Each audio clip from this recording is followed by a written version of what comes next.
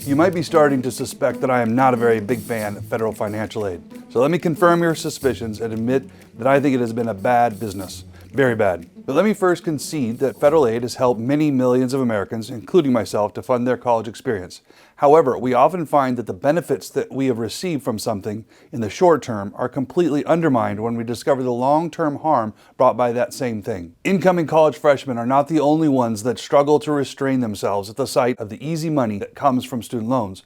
Colleges have swiftly raised tuition to capture the extra money now available through Pell Grants, but especially the student loans. You must remember that colleges are businesses, and one of the primary rules of business is never leave money on the table. For instance, if you come to buy a car from me, which I intend to sell for $5,000, but I somehow find out that you actually brought $7,000 in cash and were prepared to spend it all, then guess what? The price just went up. Why?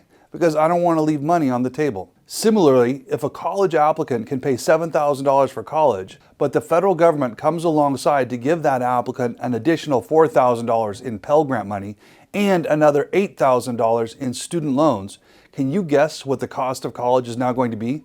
The answer is as easy as adding 7 plus 4 plus 8. The new price is $19,000 because the college doesn't want to leave money on the table. To the skyrocketing cost of college tuition, some college presidents might say, look, education is just getting more and more expensive to deliver. We are simply passing the cost on to the consumer. However, there is no good justification for the steep climb in college tuition over the last several decades. Consider this. Since 1985, the increase in the cost to attend college has doubled compared to the increase in the cost of healthcare.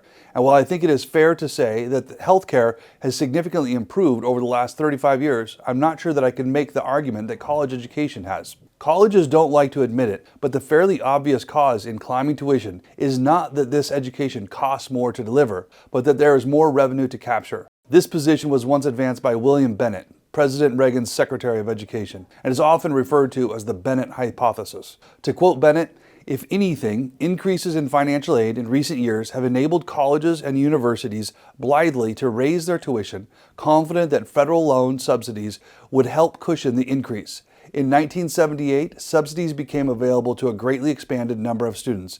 In 1980, college tuitions began rising year after year at a rate that exceeded inflation. Subsequent decades have proved Bennett right. A recent study by the Federal Reserve Bank of New York demonstrated that for every dollar of subsidized student loan offered by the government, the market would respond by elevating tuition to 60 cents. In the end, the federal money, rather than making college more affordable, has greased the skids for runaway tuition hikes. If you would like to follow this conversation, go to our blog where we will continue to post on our unique perspective on federal funding and higher education. The link is in the description, or just go to nsa.edu and click on the blog.